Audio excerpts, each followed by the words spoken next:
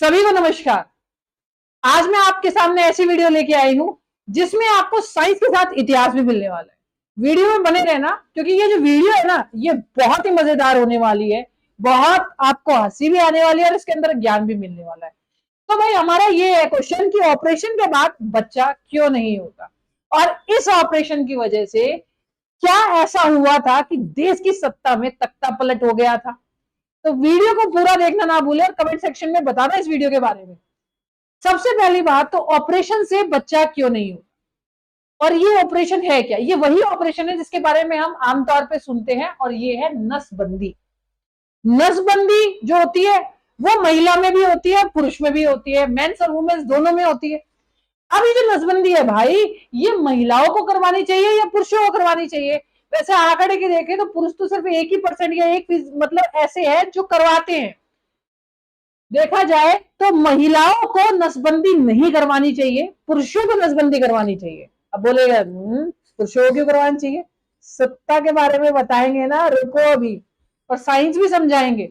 देखिए, महिलाएं जो है उनकी मौत बहुत ज्यादा देखी गई है जब नसबंदी होती है। लेकिन अगर देखो जाए तो गांव गांव इन्फ्लुएंस होकर, उनसे प्रभावित होकर एक दो महिलाओं को देख के कि भाई हम भी चलो क्या करते हैं, नसबंदी करवा लेते हैं, महिला नसबंदी करवा लेते हैं, पुरुषों को करवाने की जरूरत नहीं है।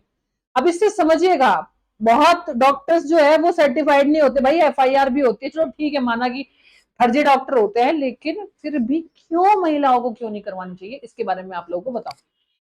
देखिए, अगर मैं बात करूं तो महिलाओं को ना नसबंदी के लिए धक्का देना ज्यादा आसान होता है पुरुषों के मुकाबले। क्यों? क्योंकि महिलाएं कुछ कहती नहीं है, चुप रहती है। तो इसलिए अगर नसबंदी करवानी हो तो महिलाओं को धक्का दे दो, क्योंकि पुरुष तो 10 तरह के ज्ञान दे देंगे।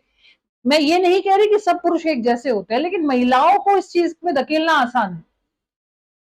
अब हम अगर आगे बात करें तो कैसे साइंस की बात समझते हैं और फिर समझते हैं हिस्ट्री, इतिहास और साइंस एक साथ समझेंगे। देखिए, अगर महिलाओं को नसबंदी करवानी होती है तो क्यों नहीं करवानी चाहिए। सबसे पहली बात तो महिलाओं के जो ये अंग होते हैं ये अंदर होते हैं, ठीक है। वुमेन के जो ये अंग होते हैं, फीमेल के जो अंग होते हैं, ऑर्गन जो होते हैं, ये अंदर होते हैं। पुरुष का जो अंग होता है वो बाहर होता है, आप सभी को पता है। अब महिला का जो अंग है ये ट्यूब होती है, जिसको हम लोग बोलते हैं फलोपियन ट्यूब। इसी ट्यूब को काटा जाता है, जिस वजह से इसको ट्यूबोकॉमी कहते हैं। ट्यूबोकॉमी, मैं कोई आप लोगों को पढ़ा नहीं रही हूं, मैं समझा रही हूँ। ट्यूब काटते हैं इसलिए ट्यूबोकॉमी कहते हैं, और नॉर्मल भाषा में हम इसको नसबंदी बोल देते हैं कि भाई नस काट दी। नस नहीं काटते, ट्यूब काटते हैं महिलाओं के अंदर, फीमेल के अंदर ट्यूब कटती है, इसलिए ट्यूबोकॉमी। कौन सी ट्यूब होती है? उस ट्यूब का नाम होता है फलोपियन ट्यूब। ये फलोपियन ट्यूब अगर खराब है तो कोई महिला मां नहीं बन सकती, चिपकी हुई है तो भी मां नहीं बन सकती। भारत में ज्यादातर महिलाएं बांझ इस वजह से है क्योंकि उनकी फलोपियन ट्यूब में ज्यादातर दिक्कत है, ठीक है। अब देखिए, जो अंडा है, आपको पता है कि हर महीने किसी महिला के अंदर अंडा बनता है। अभी जो अंडा है ये यहां से जाएगा, यहां से अंडा जाएगा, और इधर इधर से जाएगा स्पर्म, इधर से जाएगा शुक्राणु। तो शुक्राणु स्पर्म जब इधर से जाएगा तो इनका मिलन होगा। अब इन दोनों का मिलन ही तो रोकना है, क्योंकि अगर शुक्राणु अंडा से मिल गया, एग स्पर्म से मिल गया, तो बच्चा पैदा हो जाएगा, यानी बच्चा बन जाएगा, यानी भ्रूण बन जाएगा, तो बच्चा तो पैदा हो ही जाएगा फिर। तो भाई इसको यहां से काट दिया जाता है, और काट देने से क्या होता है, जो अंडा होता है वो भ्रूण से स्पर्म से नहीं मिल पाता, तो बच्चा नहीं होता। अब बहुत सारी महिलाएं, बहुत सारी फीमेल ये कहती है कि इससे क्या साइड इफेक्ट हो सकते हैं, क्या इसमें पीरियड्स नहीं होंगे। पीरियड्स तो होंगे, यूट्रस की परत जो है, आपकी गर्भाशय की जो परत है वो टूटती है तो पीरियड्स होते हैं। पीरियड्स के ऊपर मैंने एक पूरी वीडियो बना रखी है, आप मेरी वीडियोस में जाके देखिएगा, आपको समझ में आ जाएगा कि क्यों पीरियड्स होते हैं और ये जरूरी क्यों है उन्हें। तो पीरियड्स भी होंगे, सब काम होंगे, अंडा भी बनेगा, बस अंडा जो है वो स्पर्म से नहीं मिल पाएगा। अब सबसे बड़ा क्वेश्चन ये कि अगर किसी को बच्चा करना पड़ गया तो क्या ये दोबारा जुड़ सकती है। इसके जो चांसेस है वो 50-50 से भी कम है, ऐसा मुश्किल है। लेकिन आपने बहुत लोगों को सुना होगा कि बहुत लोगों ने ऑपरेशन करवा लिया, ठीक है, और उसके बाद भी बच्चा पैदा हो गया। तो मैंने ना बड़े बूढ़ों से एक कहावत सुनी है कि भाई जिसको आना होता है ना वो आता ही है, यानी जिसका जन्म जिस कोख में लिखा हुआ है, जिस योनि में लिखा हुआ है, वो तो आना ही है, फिर चाहे कुछ भी हो जाए, ठीक है। ऐसे ही बच्चों क्या होता है, कई बार ये फलोपियन ट्यूब जो है, ठीक है, ये आपस में क्या होती है, जुड़ जाती है, ठीक है। ऐसे जो टाके लगे हुए ना, काट दिए हमने, काट के टाके लगा दिए इस ट्यूब को, तो ये कई बार आपस में टाके घुल के आपस में जुड़ जाती है, या ऑपरेशन ढंग से नहीं हुआ।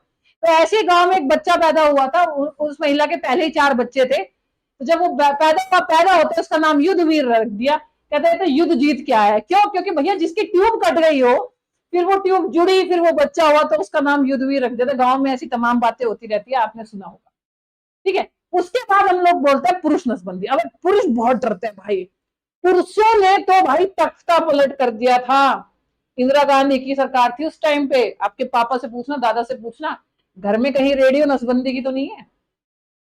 देखो भाई, हाँ इसमें है बहुत। जो अभी नए जनरेशन वाले बच्चे हैं इस चीज के बारे में बहुत कम जानते हैं। जो पुराने लोग मेरी वीडियो देख रहे हैं, कितने ऐसे लोग हैं जो इनकी उम्र बहुत ज्यादा है और ये वीडियो देख रहे हैं, ये चीज उनके सामने या उनके वक्त में हुई थी जब वो बच्चे थे, या वो भी जिंदा है, या उनके पिताजी ने ये कहानी सुनाई, मुझे जरूर बताइएगा कमेंट सेक्शन में। अभी वीडियो बाकी है, रुको भाई, एंटरटेनमेंट भी बाकी है, साइंस भी बाकी है भाई। ये जो है ये पुरुष का पूरा अंग है, ऑर्गन है। तो पुरुष का जो अंग होता है, आप सभी को पता है कि जो टेस्टिस होती है, वर्षाण होती है, वो भी बाहर होता है और हिस्सा भी बाहर होता है।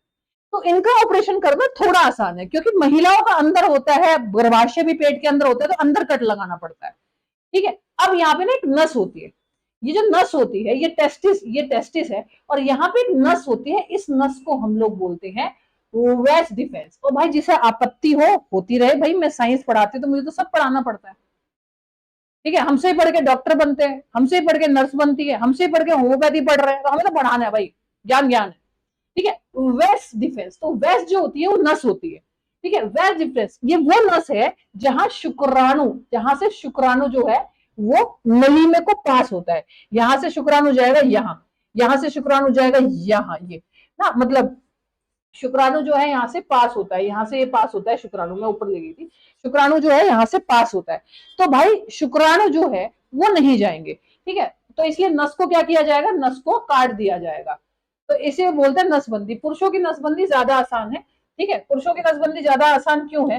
पुरुषों की नसबंदी ज्यादा आसान इसलिए है कि बाहर से ही एक नस, यहीं से एक नस को ऐसे करके यहीं से एक नस को उठाया जाता है, बिल्कुल यही इतना ही छेद होता है।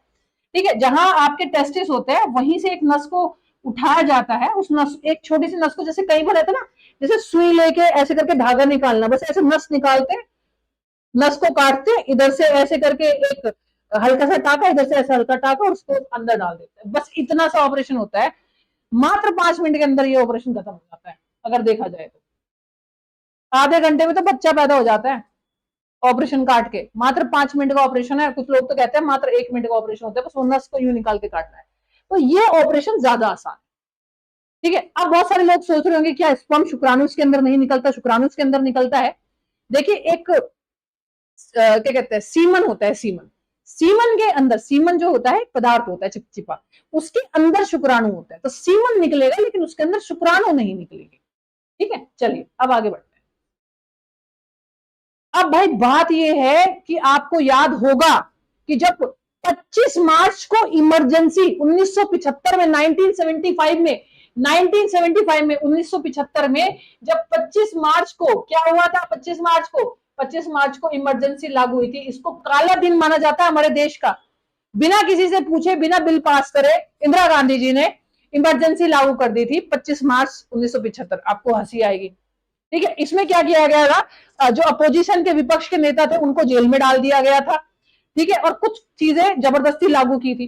तो इनका एक बेटा था, वैसे इनके दो बेटे थे, संजय गांधी और राजीव गांधी। तो जो संजय गांधी थे, उनके नेतृत्व में एक चीज चालू हुई थी। भाई क्यों हुई थी? इंदिरा गांधी की जो सरकार आई थी वो आई थी कि गरीबी हटाओ का इन्होंने नारा लगाया था एक। इस चक्कर में इनकी सरकार जो थी वो सत्ता में आ गई। फिर इन्होंने कहा भाई कुछ ना कुछ तो करना पड़ेगा इकोनॉमी, अर्थव्यवस्था को संभालने के लिए। बोले जनता बहुत ज्यादा बढ़ रही है। ठीक है, अभी भी जनता बहुत ज्यादा चाइना से आगे निकल गई है, लेकिन ऐसा तो नहीं है कि भाई नसबंदी लागू कर देंगे। तो पहले चलो था, लोगों के 8-8 10-10 बच्चे होते थे। तो इनके जो बेटे थे जिनका नाम था संजय गांधी, तो संजय गांधी जी ने क्या किया, भाई सारे स्टेटों के, राज्य के जो सीएम थे उनको बोल दिया भाई नसबंदी लगाओ। अरे ठीक है, बहुत सारी चीजें उन्होंने दी थी प्रयोग के लिए कि भाई इस तरह से आप अपने बच्चों को आगे बढ़, मतलब बच्चे ज्यादा पैदा होने से रोक सकते हैं। इन्होंने जबरदस्ती नसबंदी लागू की थी। जिन लोगों के साथ ये नहीं हुई, जिसे हम लोग गांव की भाषा में बोलते हैं रणवे, तो रणवों की भी नसबंदी कर दी थी भाई। ठीक है, उठा रहे, जहां आदमी दिखा उसे उठा, खेत में भाग भाग के खेत में छिप रहे थे। कुछ लोगों ने तो रेडियो के लालच में नसबंदी भी करवा ली थी, क्योंकि जो नसबंदी करवाता था या तो उसे 120 रुपए मिल रहे थे, ठीक है, या फिर तेल की कैन मिल रही थी पूरी की पूरी, ठीक है, या फिर रेडियो ले लो। तो अगर आपके घर में रेडियो है, बहुत दादा आदम के जमाने की, तो पूछना है नसबंदी की तो नहीं है। जी हाँ, नसबंदी के टाइम पर बहुत लोगों ने रेडियो ली थी, कुछ लोगों ने 120 रुपए लिए थे। ये वो दौर था जब आजाद भारत में नसबंदी, जबरन नसबंदी करवाई गई थी। यानी जहां पे कभी पहले नसबंदी जहां चालू हुई थी, वहां तो इतनी जबरदस्ती नसबंदी करवाई भी नहीं गई थी। तो जबरदस्ती नसबंदी करवाई गई थी, किसके द्वारा करवाई गई थी? संजय गांधी के द्वारा। और ये देखा गया था शुरुआती 3 हफ्ते में हरियाणा के अंदर लगभग 60,000 लोगों की नसबंदी करवा दी थी। और लगभग, अब आपको बताते हैं, नसबंदी करवा दी थी जब इमरजेंसी लागू हुई थी। बच्चों, इमरजेंसी जो मतलब सभी बड़े बूढ़े जो भी लोग इसको देख रहे हैं, स्टूडेंट्स के अलावा, जब नसबंदी चालू हुई थी, नसबंदी 2 साल पूरे लगातार एक कार्यक्रम चलता रहा जबरदस्ती। 75 से लेकर 77 तक रहा। 77 भी कब? जब सत्ता ही बदल गई इंदिरा गांधी जी की। इंदिरा गांधी जी के हार का कारण कई बार ये कहा जाता है कि उन्होंने वो जो जबरदस्ती इमरजेंसी लगाई थी, विपक्षी नेताओं को जेल में डाला था, और लोगों पर, ज्यादातर गरीब लोगों पर, ऐसा बोला जाता है, गरीब ही बेचारा पिसता है, कि ज्यादातर गरीब लोग उठा दिए गए थे और फटाफट लोगों को उठाया गया था गांव से और जबरदस्ती नसबंदी करवाई गई थी। तो कई बार मजाक में लोग बोलते हैं कि इमरजेंसी जो है वो गांधी जी की, मतलब इंदिरा गांधी जी की सरकार को ले डूबी थी उस टाइम पे, और ये इमरजेंसी तभी हटी थी जब सरकार, लीगली तभी हटी थी जब सरकार की सत्ता पलटी थी। कई बार मजाक मजाक में लोग ये भी कहते हैं कि भाई इमरजेंसी जो लगाई थी इंदिरा गांधी ने, उसमें इंदिरा गांधी को जो है वो नसबंदी ले डूबी। ठीक है, अब मुझे आज कमेंट सेक्शन में बताइएगा कि इमरजेंसी जब लगी थी तो इमरजेंसी की वजह से इंदिरा गांधी की सत्ता पलटी, या फिर कुछ लोग बहुत ज्यादा नाराज थे कि जबरदस्ती उनकी नसबंदी की गई थी? आपका क्या मानना है? और आप भी समझ गए होंगे कि नसबंदी जो है वो करानी चाहिए तो पुरुषों को करानी चाहिए, महिला को बिल्कुल भी टिवोकॉमी नहीं करानी चाहिए, नसबंदी नहीं करानी चाहिए। वेस्कोटॉमी जो है पुरुषों को करवानी चाहिए, अगर करवानी भी चाहिए तो पुरुषों को, वरना बहुत सारी चीजें ऐसी सुविधाएं हैं जिससे आप अपनी जनरेशन को रोक सकते हैं। फिलहाल तो एजुकेशन ही इतनी हो गई है, लोग समझदारी इतनी हो गई है। दूसरी बात है, मैं साइंस पढ़ाती हूँ और साथ में मैं पढ़ाती हूँ GS, general science, history, polity और साइंस में पढ़ाती हूँ। तो ये सभी चीजें या फिर कोर्सेज मेरे, अगर कोई बच्चा सरकारी नौकरी की तैयारी करना चाहता है तो मेरी science by Priya ma'am application का नाम मैंने बदल दिया है, ताकि बच्चों को ऐसा लगे कि मैं सिर्फ साइंस पढ़ाती हूँ, या हमारी और भी टीम है जो पढ़ा रही है। तो हमने नाम रख दिया एग्जाम लीडर। तो अभी डाउनलोड करें एग्जाम लीडर, और यहाँ पे मैंने सरकारी नौकरी की जो लोग तैयारी कर रहे हैं उनके लिए मैंने यहाँ पे फ्री नोट्स डाले हुए हैं। तो अभी बिल्कुल कोई पैसा नहीं है, फ्री है, जबरदस्ती नहीं है, बिल्कुल भी कोई इमरजेंसी में लगा नहीं रही हूँ। और हाँ, अगर आपको वीडियो अच्छी लगे तो कमेंट सेक्शन में जरूर बताएं कि आप लोगों को ये बातें पता थी जो आज की जनरेशन है, जो पुराने लोग हैं, कितने लोग ऐसे हैं जो जानते हैं, जिन्होंने ये बातें सुनी है, या घर में वो लोग आज भी मौजूद है। और हाँ, एक घंटी वाला, एक सब्सक्राइब वाला लाल सा बटन है यार, उसको दबा दिया करो सभी के सभी लोग। ऐसी ही मैं बहुत अच्छी अच्छी वीडियोस आप लोगों के सामने लेके आने वाली हूँ, जिसके अंदर काफी नॉलेज आपको शेयर करने वाली हूँ। मेरा नाम है प्रिया चौधरी। तब तक के लिए thank you so much, bye bye, love you all, जय हिंद, जय भारत।